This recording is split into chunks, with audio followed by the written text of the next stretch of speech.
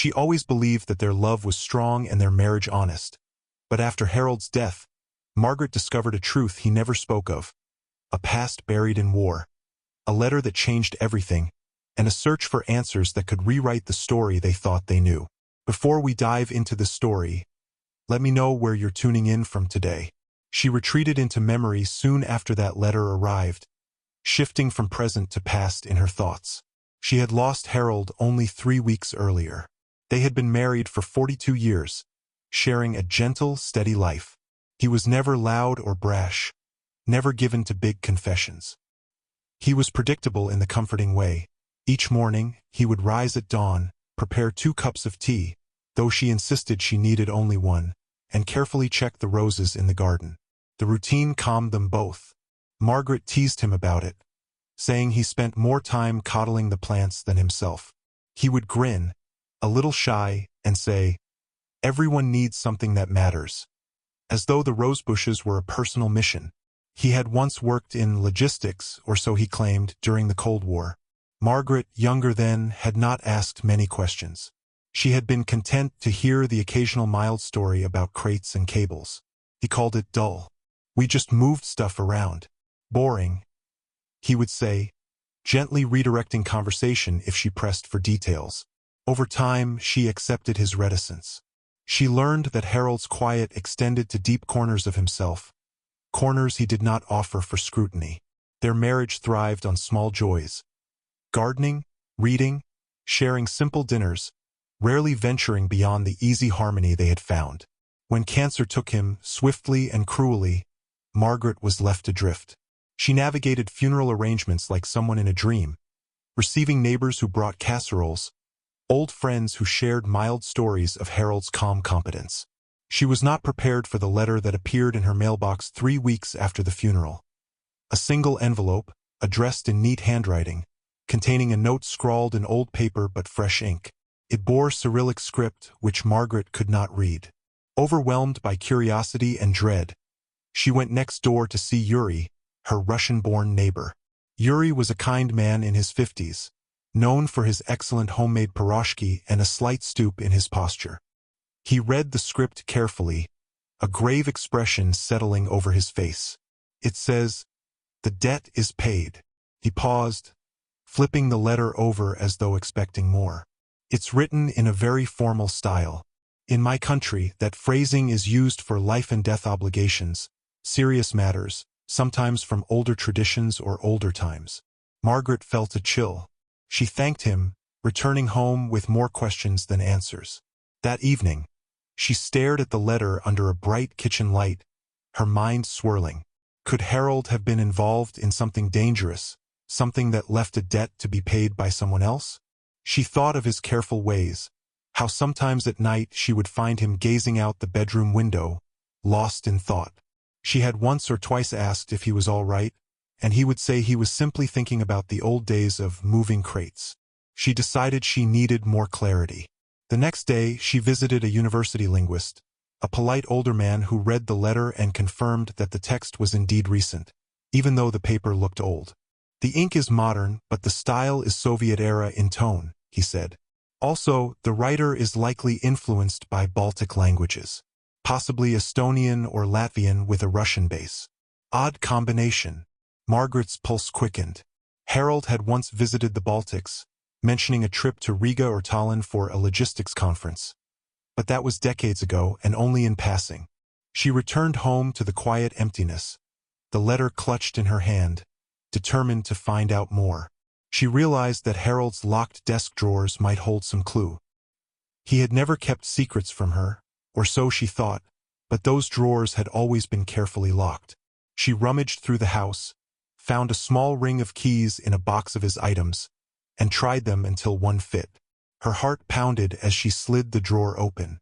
Inside, she found an envelope labeled M76, a handful of black and white surveillance photographs, and a small leather notebook. The photographs made her breath catch. They showed a much younger Harold, unsmiling, standing with a Soviet officer in what looked like Vienna. A sign in the background read Bahnhof in German. Another photo depicted a train yard, the date scrawled in the corner, May 4, 1976. She recognized Harold's handwriting. In the envelope was a train manifest from the same date, listing cargo and partial names, though heavily redacted or scribbled out. The notebook, too, was filled with cryptic codes, lines and lines of references to times, places, or perhaps shipments. 2 names were circled in red: Alexander Vasilenko and Kopek. Margaret's chest tightened. Had Harold been lying all those years? She spent the next several days in a state of raw confusion, sifting through the items again and again. The letter in Cyrillic, the old photos, the notebook with names. She felt as though she were seeing a side of Harold that contradicted his mild claims of just dealing with crates.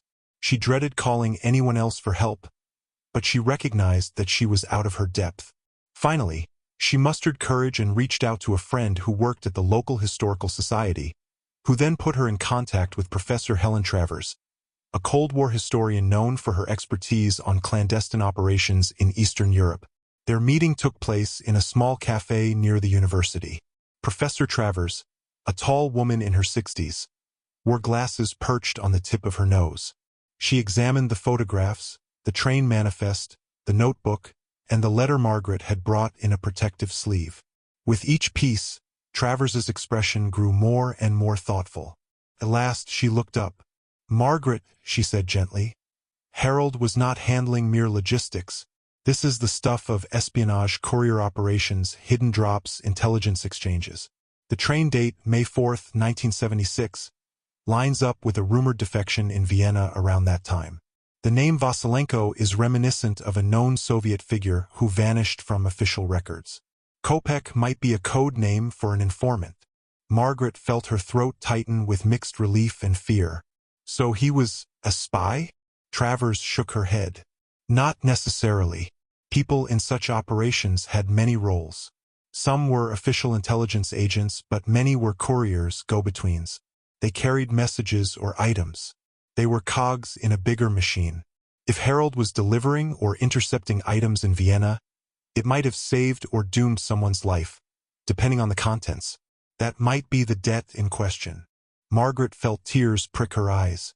She wondered how a man so gentle, who loved gardening and mild evenings with tea, could have played a part in such mortal stakes. She left that cafe dizzy with revelations. Over the next week, she pressed for more details. Travers made discreet inquiries, though official archives were locked behind bureaucracy. Some old intelligence files were declassified, but many were incomplete. The name Vasilenko appeared occasionally, always in references to a Soviet linguist rumored to have defected in the mid-70s. The name Kopek was more elusive, popping up only in a few hearsay accounts as a junior operative who had vanished without a trace. One rumor claimed Kopek was an idealistic youth who fed false intelligence to the Soviet apparatus. Others said he was a double agent working for the West. Either way, the rumor stated he was betrayed or captured in the confusion around Vasilenko's escape. Another rumor suggested Kopek was a code name for a go-between who was never identified. Margaret's heart sank at each mention, imagining Harold's role in some tragic outcome. Meanwhile, the letter with the phrase, "The debt is paid," gnawed at her. She told Professor Travers about it. Travers suggested it might indicate that whoever wrote it considered a life debt or a vow now fulfilled, possibly upon Harold's death. That would mean this person owed him for something crucial, likely saving a life, Travers said. Margaret felt her chest constrict. Harold had always insisted he was unremarkable, and yet here was proof that he might have saved or changed someone's fate. Determined to pursue answers, Margaret turned once again to the locked desk, searching every nook. She found no more hidden documents, but she discovered a folded scrap in Harold's watch case, reading M.V. /May 1976 /end of innocence. She recognized Harold's hand. M.V. likely stood for May Vienna or Manifest Vasilenko. It was so cryptic, so unlike the man who shared her bed each night.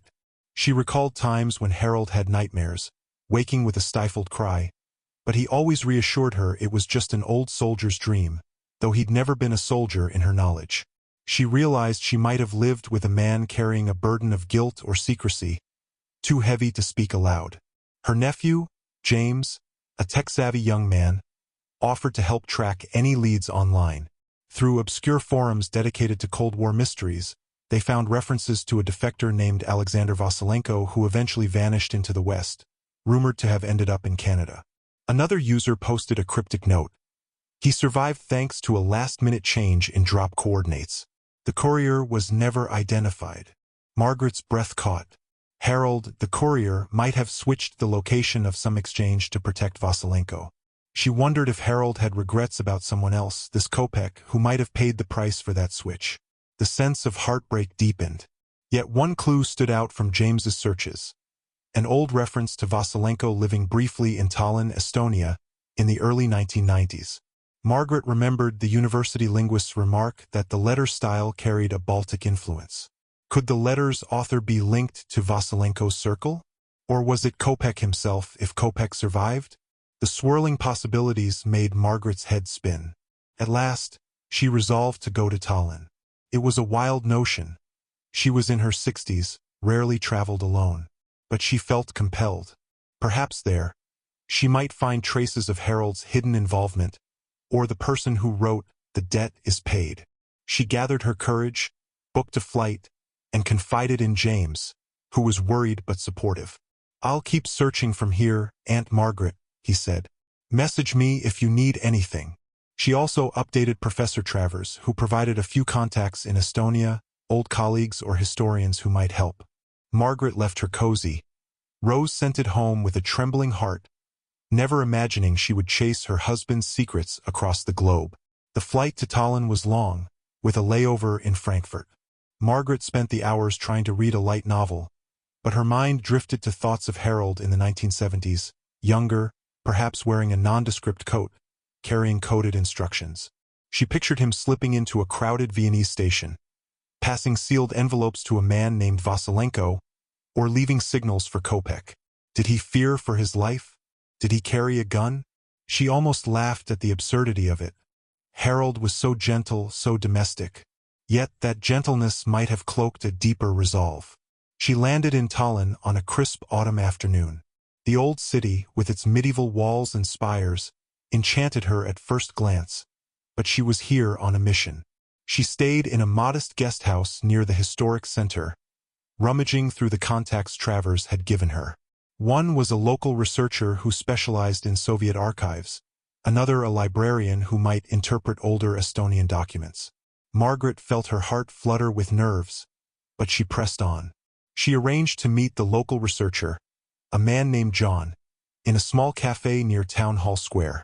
John was tall, mustached, and wore a threadbare tweed coat. He listened intently as Margaret explained her situation. When she showed him the letter in Cyrillic referencing, "The debt is paid," he studied it with a frown. "This phrasing is indeed old-fashioned, used in times of big obligations," he said. "It might also connect to certain codes used by Soviet or Baltic intelligence. Let me see if I can find references in the archives." Margaret gave him the partial logs from Harold's desk, the mention of M76, the name Kopek, the date of the train. John nodded. "I can check, but these archives are sometimes still restricted, or they exist in partial form. Give me time." Over the next days, Margaret tried to fill the hours by exploring the beautiful cobblestone streets. Yet her mind remained on Harold, and she felt no real peace. One morning, while sitting in a quiet bookstore, she got a call from John. He was excited. He had found a reference to a small library ledger that might contain relevant notes. She hurried to meet him at the National Library of Estonia, an imposing building with labyrinthine halls. Together, they examined an old ledger from the 1990s. Amid scribbled entries, one line stood out: "Courier silent. Operative survived. Safe passage confirmed." And next to it a small red fox symbol. Margaret's heart hammered. The mention of a courier suggested Harold. She recognized that the red fox might correspond to some codename or symbol used in Harold's notebook. She recalled scanning his cryptic codes, seeing sketches of a small fox in the margins. She asked John about it. He said that a red fox sometimes symbolized cunning or a hidden ally in certain intelligence circles, though it was not a formal code. She wondered if Harold had chosen it as a personal sign. Another line in the ledger referred to an upcoming meeting in 1992 between the linguist and the friend. That might be Vasilenko, the Soviet linguist who had defected, and Harold, the friend who orchestrated his rescue. The ledger ended abruptly with no final entry. John, reading carefully, muttered that the ledger's caretaker had noted the meeting never happened, or had been cancelled. Perhaps it did occur off the record.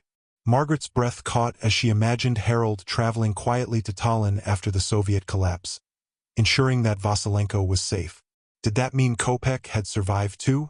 The mention of Kopek lingered in Margaret's mind. If Kopek had truly been lost, who wrote the letter claiming, "The debt is paid"? She suspected it might be Kopek himself, alive after all. She shared this speculation with John. He shrugged. Possible. Or it could be someone else fulfilling Kopek's vow. Margaret left the library both invigorated and anxious. She had gleaned partial truths but needed final confirmation. John arranged an introduction to a man named Ilmer, described as a retired translator from the old Vienna embassy. Ilmer now lived quietly in a suburb of Tallinn. He had once served as an intermediary for Western and Soviet negotiations. If anyone recognized Harold's involvement, it might be him. They took a rickety bus out of the city center, passing Soviet-era apartment blocks. The crisp autumn air stung Margaret's cheeks as they walked from the stop to Ilmer's modest house. Ilmer greeted them cautiously at the door, clearly suspicious of outsiders. Once John explained that Margaret was searching for information about her late husband, Ilmer reluctantly let them in. The living room was cramped, filled with old books, dusty photos, and the smell of spiced cabbage. They sat on a worn sofa, John translating while Margaret displayed the photograph of Harold in Vienna and the letter referencing the debt. Ilmer squinted at Harold's face. "I recall a Western contact around 1976. Yes. Courier rolls," he said, voice thick with memory. He had a way of passing off last-minute changes. There was a big event in Vienna that year. Someone important defected, almost got trapped by the Soviets. The courier changed the drop coordinates. That man escaped, but I heard a younger operative who helped was taken or killed. Some called him Kopek. His voice grew strained. "Your Harold sacrificed a lot that day, yes? Because I heard the blame fell on him for that younger man's disappearance. He might have carried that guilt for a lifetime." Margaret felt tears well in her eyes.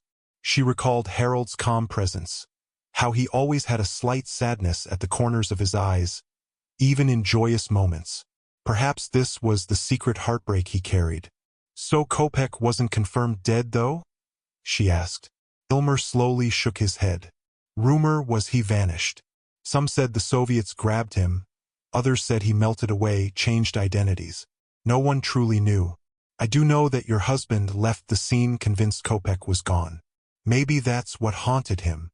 Margaret handed Ilmer the letter that Yuri had translated, the one reading, "The debt is paid." Ilmer's eyes widened. He read it in silence. Then tears glistened at the corners. "This is Kopek's style," he whispered.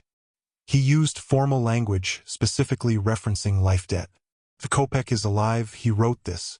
"It means Kopek acknowledges that Harold saved him, or at least gave him the chance to live, and now that Harold is dead, Kopek expresses the final gratitude. The debt is settled." Margaret's mind reeled. She realized that Kopek had survived, living in the shadows, perhaps all these years, carrying the knowledge that Harold's last-minute defection plan saved his life at the cost of everyone believing him dead. She wondered if Kopek had tried to reach Harold earlier, or if he had remained silent out of caution. She pressed Ilmer for more details. He only knew rumors. That Kopek and Vasilenko parted ways after crossing into the West, that one or both might have hidden in the Baltics, waiting for the Soviets to collapse. He believed Vasilenko later ended up in Canada, but no official record existed. Kopek perhaps changed names multiple times. Margaret showed him the short note from Harold's watch case about end of innocence. Ilmer nodded, as though it made sense. Yes, 1976 was a turning point for many. Harold must have realized the cost of these operations. Perhaps he left intelligence work soon after. Margaret left Ilmer's home with a heart both heavy and oddly uplifted. Heavy because she grasped the scale of what Harold had done. He risked his life, changed plans, facilitated escapes, possibly condemning or saving others. Uplifted because she now saw Harold's gentleness as something forged in the fires of a hidden war. He had chosen to become mild, to retreat into quiet domestic life, carrying the memory of that day with him always. She felt a surge of love for him, a desire to honor his burden. With John's help, she spent a few more days in Tallinn, combing through any mention of Kopek. They found little. The final clue was a recent note in a local paper's classified section, referencing an old code phrase, "Fox Watchers." The crate was delivered. "We are free." John recognized the phrase from Harold's logs. He and Margaret suspected it was Kopek's discreet attempt to signal that the last tie to the old mission was undone. They tried contacting the paper, but the advertisement's buyer was anonymous, paid in cash. The staff had no leads. Accepting the mystery, Margaret knew she had learned enough. Kopek lived, paying final respects to Harold. The debt was paid. She decided it was time to return home. When she arrived back in her familiar neighborhood, the roses were blooming in subdued color, lacking Harold's careful pruning. The house felt emptier, though she had a sense of closure. She poured tea for herself one afternoon and gazed at the photograph from Ilmer's home. Harold in Vienna, stoic, eyes holding a hint of fear. She pictured him stepping away from that life, choosing to keep it locked away so that their marriage could flourish in innocence. She whispered, "Oh, Harold," tears slipping freely. "I wish you had told me, but I understand why you didn't." The morning after her return, a new envelope arrived. This time it had a faint Latvian postmark. Inside was a photograph that took Margaret's breath away. Two older men sitting on a park bench, an inscription on the back reading, "He never stopped watching over us, even after the world moved on." She recognized Harold on the left, silver-haired, gazing at the camera with that calm expression, next to a man with Slavic features. She guessed it must be Vasilenko, the Soviet linguist Harold had once saved. The image clearly was not decades old. It seemed more recent, maybe from the 1990s. At the bottom, a small red fox symbol was drawn next to a short line in Cyrillic that roughly translated to, "For the one who cared." Margaret felt tears again. Harold had reunited with Vasilenko at some point, or at least met him. The photo was proof that Harold, quietly, had stayed in contact with those he had saved. She realized Kopek or someone in that circle had found her address, mailing this final testament of Harold's loyalty. It was simultaneously heartbreaking and reassuring. Harold had not left them behind entirely. With that photograph in hand, Margaret went to Harold's grave. She stood in the gentle hush of the cemetery, the grass bright under the midday sun. She placed a single rose, one that she had carefully cut from the garden he once tended, by the headstone, and in her other hand, she clutched the photograph. "My darling," she whispered, voice trembling. "I know now. You carried so much, and you did it to protect everyone, including me. I'm proud of you." She closed her eyes, letting the breeze carry her quiet tears. For a moment, she almost felt he was beside her, that if she turned, she would see him with that gentle half-smile. The letter, the photograph, the stories from Ilmer, these had formed a tapestry of Harold's hidden heroism. She only wished she could have told him in life how much she respected him for it. In the weeks that followed, Margaret found a new piece. She no longer felt as though a piece of Harold's memory was missing. Instead, she felt closer to him than ever. She told only a few people about the details. Yuri next door listened, eyes widening at the mention of Kopek and the Cyrillic note. He admitted, with some awe, that he never suspected Harold had any ties to that world. He asked if she was angry that Harold lied. Margaret shook her head softly. "He didn't lie about loving me. The rest, he simply couldn't share." Yuri nodded in understanding, placing a supportive hand on her shoulder. James, her nephew, was thrilled to learn of the outcome, urging her to record the entire story. "Aunt Margaret, you have to write it down.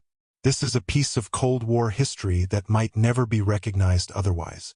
She agreed, though she was reluctant to publicize it. In the end, she wrote a personal account, typed up carefully on her laptop, describing everything she had discovered. Harold's time in Vienna, the switch that saved Vasilenko, the rumored demise of Kopek, the final letter revealing Kopek had lived, and that the debt was paid. She printed a few copies, sealed them in an envelope labeled "Family Only," and stored them in a safe deposit box. She wanted her children, if they ever truly wanted to know, to have the chance to read it in her words. For now, she found solace in keeping it somewhat private. She also encountered subconflicts in her own family. Her sister, Liz, who lived 2 towns over, initially reacted to the story with skepticism. "Harold? In espionage? That's nonsense," Liz said. "He was far too mild for that." Margaret gently insisted it was true, showing glimpses of the photos. Liz grew defensive, worried that Margaret was chasing illusions. They had a tense exchange, revealing deeper undercurrents. Liz had always resented how Margaret seemed to have the perfect marriage, the perfect stability. Now that stability was revealed to have hidden corners. Over a series of phone calls, they worked through these feelings. Margaret realized Liz's skepticism masked envy and confusion. By sharing her heartbreak, how Harold never confided in her, leaving her with unanswered questions, Margaret bridged the gap. Liz softened, apologizing for her harsh reaction. Their bond, though tested, grew stronger in empathy. Meanwhile, Margaret found that her nights were calmer. The nightmares she once had of Harold's sudden passing now transformed into a gentle dream in which she saw him walking through a busy train station, head held high, passing a small envelope to a man whose face she never fully glimpsed, then turning to wave at her. She woke from these dreams with tears of both sadness and gratitude. She realized Harold's final gift was the knowledge that love can thrive even when built on unspoken burdens. She did not resent him for protecting her. On the contrary, she admired him even more for the quiet courage it took to face the unknown. Some nights, she found herself whispering into the darkness, "I see you now. I wish I could have told you then." James occasionally discovered more tidbits online, each small piece reinforcing the same story. That 1976 in Vienna was a crossroads for multiple operations, that Vasilenko's defection caused a stir in Soviet circles, that the West's success might have hinged on a courier's cunning. Margaret learned that Kopek's identity was never officially confirmed, and some believed he was shot.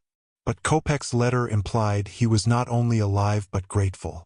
Possibly he had taken the name from the Russian coin, a sign that he was a minor figure overshadowed by bigger players.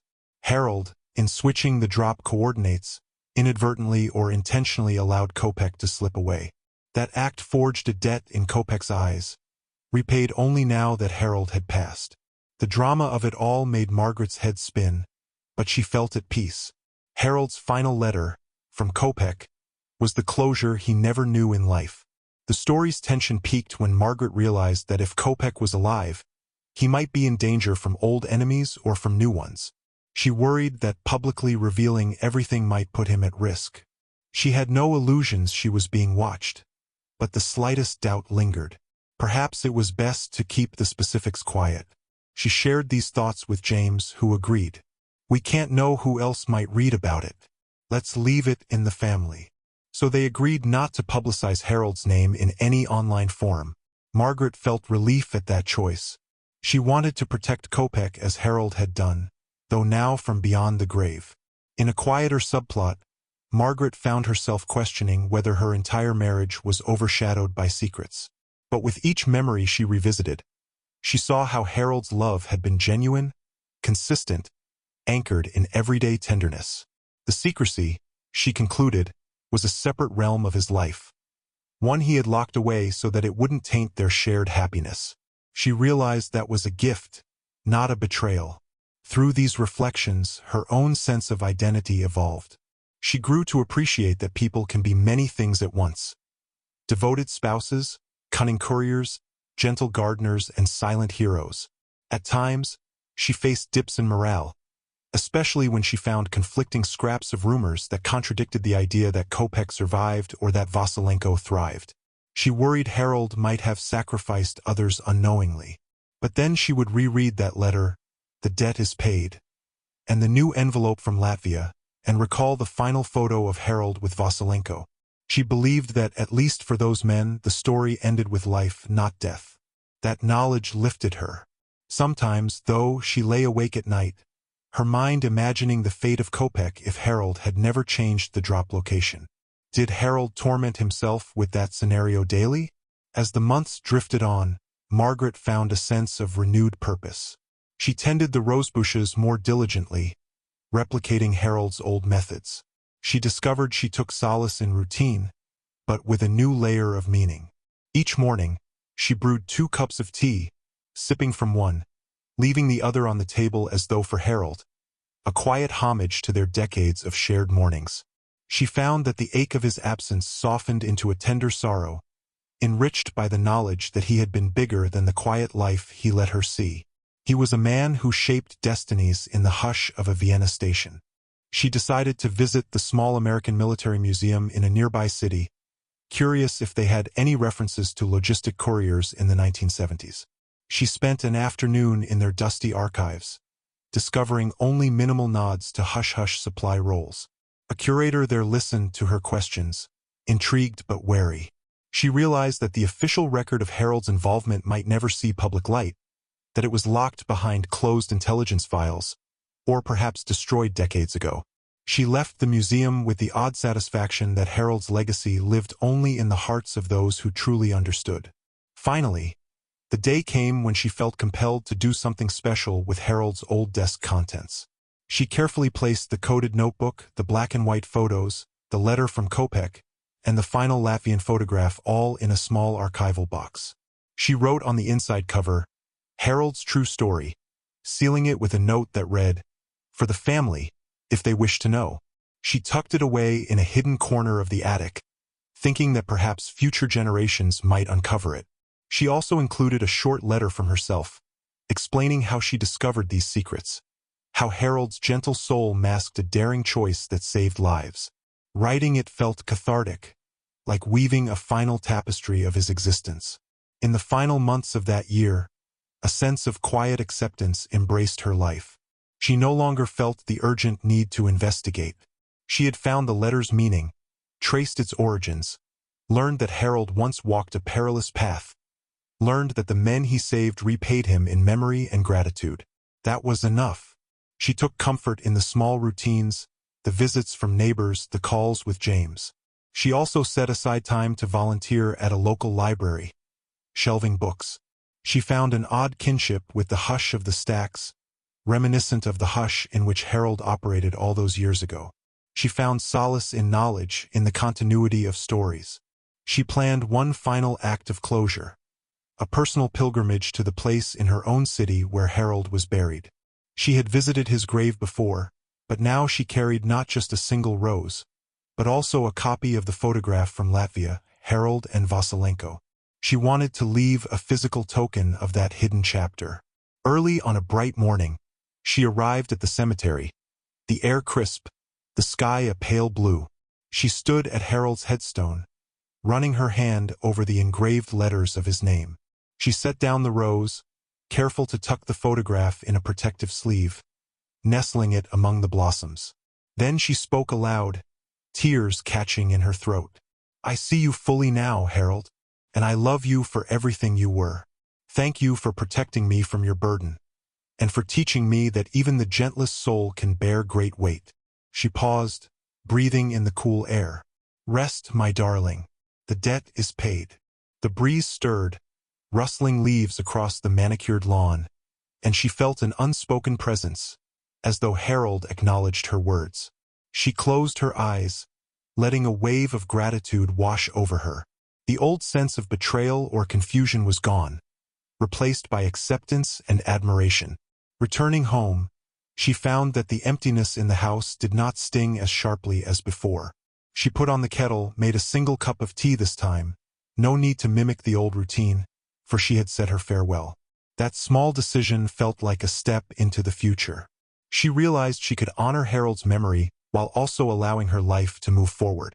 She began to do small home improvement projects, painting the spare room, rearranging furniture, letting the house reflect her own evolving spirit.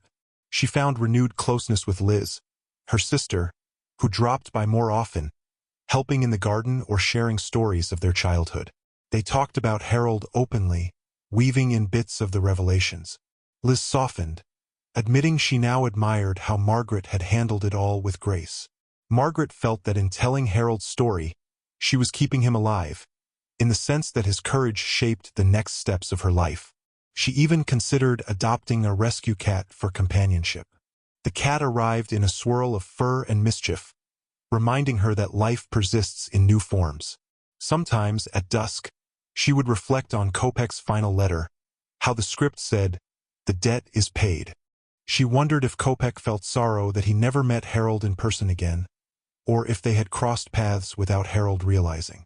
She imagined Kopech living quietly under a new name, sending that note once he learned of Harold's passing, wanting to close the loop. She felt grateful that Kopech had the decency to honor Harold's memory. In a sense, Kopech's letter was the last piece Harold needed to rest in peace. She pictured them both, Harold and Kopech, as two men shaped by the tension of 1976, forging a bond of indebtedness across time. A year after Harold's funeral, Margaret decided to hold a small gathering in the garden. The roses were in bloom, though not as precisely tended as Harold managed, but still lovely. She invited close friends, neighbors, Liz, James, and even Yuri. They shared a simple meal, and Margaret made a short toast. She avoided unveiling the entire espionage story, but she spoke about the deeper aspects of Harold's life that few knew. She said that he had carried burdens from his past, that he had made a difference in ways people might never see. She ended by saying, "I hope we can all remember that we never truly know how far a quiet act of kindness can travel." Silence followed, then gentle applause. She felt a warmth in that moment, as if Harold stood among them, content with her tribute. As the second year passed, Margaret placed the letter from Kopech in a small frame on a shelf in Harold's study. Just the line, "The debt is paid." She found it strangely comforting, a testament to the closure she and Harold had achieved. Occasionally, a friend or visitor asked about it, and Margaret would offer a kind, vague explanation that it was a memento from Harold's work overseas. She never forced the conversation, nor did she hide from it. She simply carried the knowledge with quiet pride. The day came when she felt no more sorrow in recounting the story. Instead, she found joy in acknowledging the depth of Harold's character. On the third anniversary of Harold's death, Margaret returned to the cemetery once again, noticing with mild surprise that someone had placed fresh flowers there. A small cluster of daisies, with a single letter K on the ribbon. She froze, eyes stinging. "Kopech?" She gently touched the ribbon, smiling through tears. It seemed Kopech had found the grave, perhaps on a covert trip, to pay respects in person. That gesture reaffirmed everything she had discovered. She left a short note pinned under a small stone. "Thank you for remembering him. He rests in peace."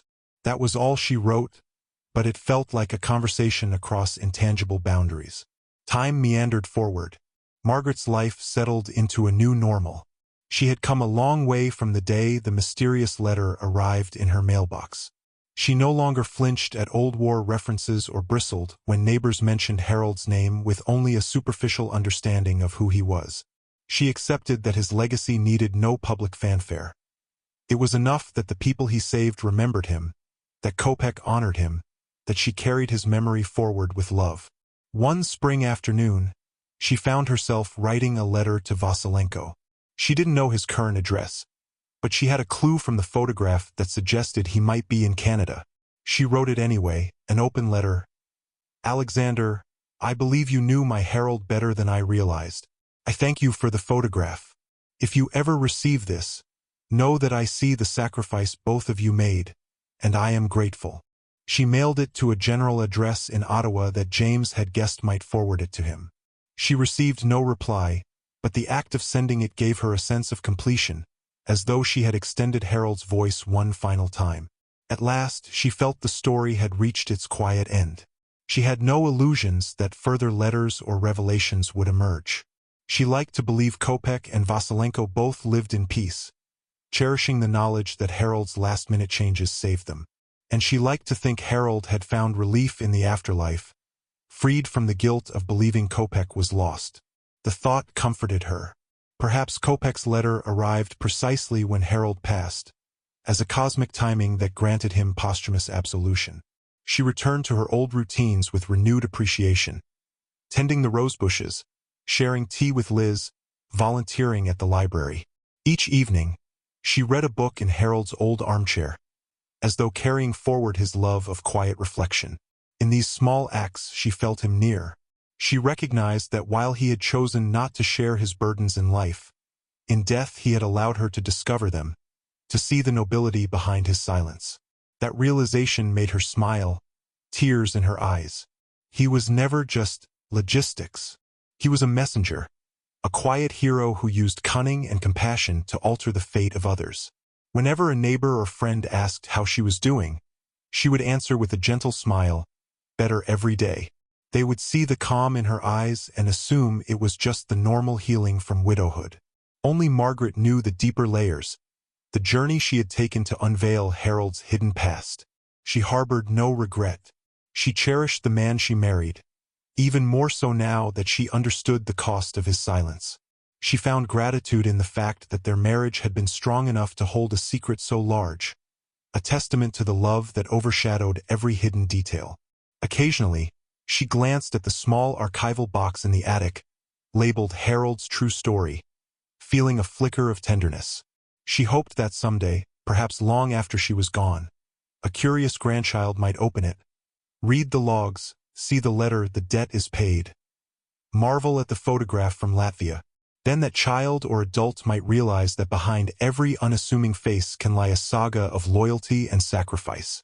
She believed that was a worthy legacy for Harold, more meaningful than any official recognition he might have gained if the world had known. Because for him, it was never about glory. It was about saving lives quietly and then coming home to cultivate roses. Finally, on a mild summer evening, Margaret relaxed in her backyard, gazing at the starry sky. She had placed a small garden bench next to the rosebush, the same bench where she and Harold once sipped tea. She closed her eyes and recalled his voice, that mellow timbre, telling her that a life well lived was one rooted in kindness. A soft breeze rustled the petals of the roses, and she felt at peace. She pictured him in that final photograph, side by side with the man he saved, both men older yet bound by gratitude. She thought of Kopek, alive somewhere, honoring the vow he made. She thought of that line, "He never stopped watching over us, even after the world moved on." Indeed, that was Harold's way. Thank you for watching this story to the end. If you found it meaningful, like and subscribe for more.